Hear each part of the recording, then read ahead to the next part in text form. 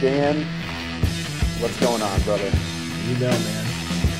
Look at that label, dude. That thing, I don't know.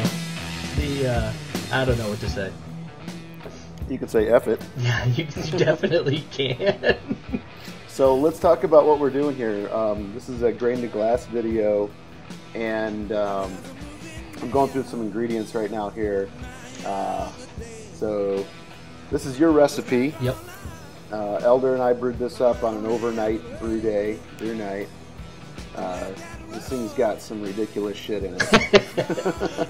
I mean, you know, yeah, I mean, it's ridiculous in the stuff I think that's in there, and for how short it's actually in the actual process, if that makes sense. You know what I mean? In the boil. In the boil, like, yeah. For the amount of time that it actually even just spends in contact with that wort, and what it actually does to the wort, so is unreal. Let's talk about some of these unique ingredients people probably aren't used to seeing this kind of stuff. You know, jasmine rice is self-explanatory, but what are the green leaves? So those stalks. Yeah, so those are kaffir lime leaves, and the straws are lemongrass. In the jar you had saffron, and then those peppers, those Thai peppers, like those Thai black, the Thai long pepper. Mm-hmm. That was like a source on my part. I felt like I wanted heat from pepper, but those peppers are still so sweet. Like when you crush that pepper, it's a weird sweet hot. And, they definitely have some heat, and yeah, I know what you're saying. That sweet heat, it's good shit. Right. So yeah, and then there's I think you had the lactose in there, and then you had the coconut. You know, and those other than that, I mean, you're pouring it in right now. You're pouring the grain into the hopper. I mean, honestly, this is there's not a lot to it. Yeah, there's really only two quote unquote malts. There's only really one malt in this. And one other grain, and that's that jasmine rice. Did you mention the lemongrass? Yeah, I think I did mention the lemongrass. Yeah, you touched on the lemongrass, and you know, to be honest, I've never cooked with lemongrass before, and we're going to get to that in a little bit into the video here, and then we'll also show where the coconut comes in, so you guys can see that. But here, you know, we're just throwing the grain together, weighed it out. It's 9 pounds of 6-row. It's 9. Go ahead. It's nothing to it. You know, crushed up nice. So crushes so much better than my freaking mill. Oh god, that busted ass mill. I know.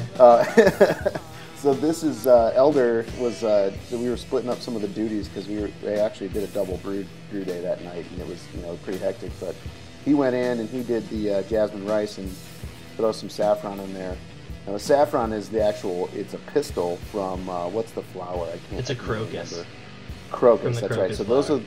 those are like the first. Those aren't the first flowers of the spring. Yeah, right? up here, in Rhode Island, they are. Yeah. So the crocus are one of the first flowers that come up. Oh yeah, coriander. I forgot to show this on the other ingredients, but so this is to me, it's kind of a lot of coriander. I don't know if I brewed with that much before when I did the Belgian wit, but it's a half ounce. Half ounce. Yeah, I mean, you know what? I think originally when I had built the recipe, that half ounce, I may have overdone the coriander when I redid it for you, and that some of that could have gone into secondary. You know, I think the first batch you got a long time ago, version 1, right, was a little bit more coriander forward. All right, so what we just did there was we did a cereal mash, and so we did basically a protein rest on that 6-row, and I think it was in low 130s or so. Yeah, 148 or no 142. Yeah, it was. Well, for us, I think we were even a little bit lower, and then we chucked in that really hot, straight off the boil kettle, or straight off the boil rice. Just brought it up to a boil. Excuse me, I'm sipping on some Tropicalia. So there we're just sparging out and collecting the wort. We've already got the boil going, so it's just kind of things kind of speed up here in the video. Yeah. But I mean, there's so many things, you know, like this is that when you showed that picture of like the the 6-row and the rice, like after you've dumped that rice in, like this is where like smell-o-vision would be so awesome. Wouldn't it be? There's here we go. I love here we this. Go. I so love Elder's, this part. I'm like, yeah, Dad, you just crush it like with the back of a knife or something. He's like, oh, I got this bottle opener, this handmade bottle opener. Let me just bash it. So I'm like, hey, that ain't working. Okay, at this point, it's like 2:30 in the morning, and we've been going all day. So this is this all is right. the best We got it part. solved. We'll solve this shit right here. This is where it gets solved. Yeah, this is like Home Improvement. Absolute ingenuity right here. I'll leave it to the elder. But like that's the thing with there's so many different points. Oh, look at that. He saved some saffron, which is awesome. Well, per the recipe, it goes in the boil at 5 minutes. Yes, ma'am. Along with the coriander. Yeah, and then here's your right there, left hand side of the screen. Bless her heart. Yeah, that. Here it is. Yeah, no, it's coming up. Yeah, This is where that addition. Oh. This is where it gets real, right? Okay, so I'd never experienced this. Elder's tearing that kaffir lime leaf. And that's all it needs. Oh my goodness. Like, what happened in the room when that got ripped? I mean, okay, let's back up. Yeah. Because Dan sent me these ingredients last June in 2015, and we brewed this in February. Or no, March, I'm sorry. No. And was it? Yeah, no, it was like early March we did this. And so you sent me those like way back last year. Yeah. And I'd been sitting on it. And the kaffir lime leaves and the saffron and all this stuff, and I'd never like experienced it or cooked with it or anything. So basically just hung on to it, kept it the right, in good containers and stuff. And I wasn't sure, is this stuff going to hold up? But as soon as you rip those leaves, I had never experienced anything like that. Or the lemongrass, and lemongrass might be more familiar with, familiar to other people, and this is where the magic. Yeah, this. Oh my God. This right here, and that's the thing. Like when you put the rice into the mash tun, and then you let it set for the remainder of the mash. And it's like when you open the mash tun after it's sat there, that's like the first time you get like this crazy smell where you're just like, oh man, And then at this edition right here, it's just like, oh. And people who understand like the character that jasmine rice brings, yes, they'll get that. How much that rice impacts the mash on this beer, just the character and it's out of this world. And that was the thing, like for me personally, it was super specific. Like it can't be rice, like it can't be brown rice, it can't be white rice, it has to be jasmine rice. Yep. I've toyed with using like a basmati rice, but like even at that, like no, the jasmine rice is what I wanted, and it works. And this lactose edition, that's what screams screams Indian to me, is that or Thai rather, is that jasmine rice. Yeah, it absolutely does. And that lactose, and the lactose, it's, I don't know, everything has a very distinct purpose, whether or not it because I mean later on, when we're going to be looking at these, like lactose in that just doesn't seem right. Yeah, what? Right. But to me, you get those Thai dishes that have that sweet spice. There's so much going on. You get all the herbal characters, and you get the spices, and you get the the vegetables and all of that happening. There's just so much going on. So here we are. This is where things really start to come together. What are we doing here? Elder and I are toasting up the coconut, pulling it out.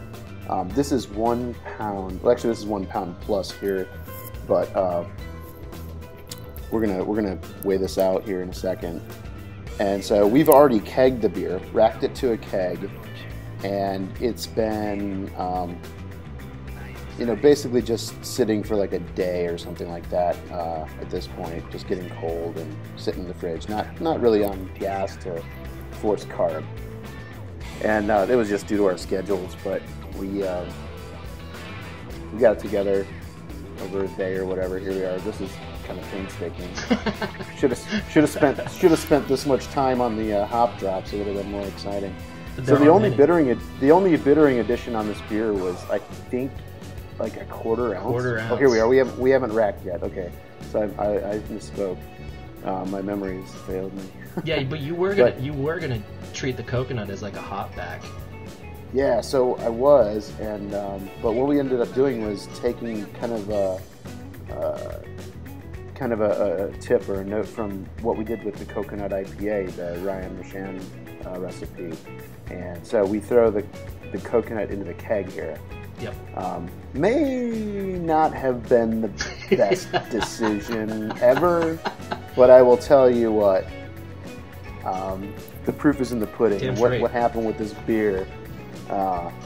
What it did for the taste and the final product really paid off. So, yeah, it went in a lot easier than it came out. Let's put it that way. I was wondering. I was looking for the fishing line. I mean, Elders should have a bunch of it, you know. Oh, you know, this is the crazy part.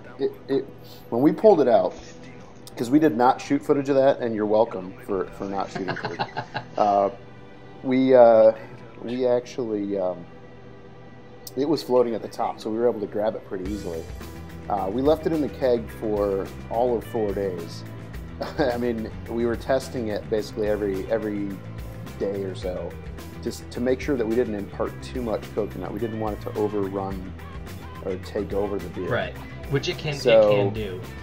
Absolutely. And I know that I think you've done, what, a week? Oh, hey, Penny. I love that Penny's in the shot. What up, girl? Oh, she was so freaked out by that. Oh yeah, Indy does that too when you off gas. All right, so that's pretty much it. The keg was carved up at that point, and it got to sit for a while. And yeah, I think I do 5 days. You do 5 days? I think that's roughly about what I do is 5 days. That's pretty close to what we did. So we tested it. We at 4 days we were like, this is perfect. We pulled it out painstakingly. Lost the nylon bag was trashed. We had to pull it out and like basically cut it open and dump it out. It was a mess. But we got it out of there and just basically let the beer condition for a few more days. And then the carb was right on, and it was perfect. So we've got the beer. We've actually got one of Dan's right here, and we got one of the beers that you just watched get brewed. This is, how do you pronounce it?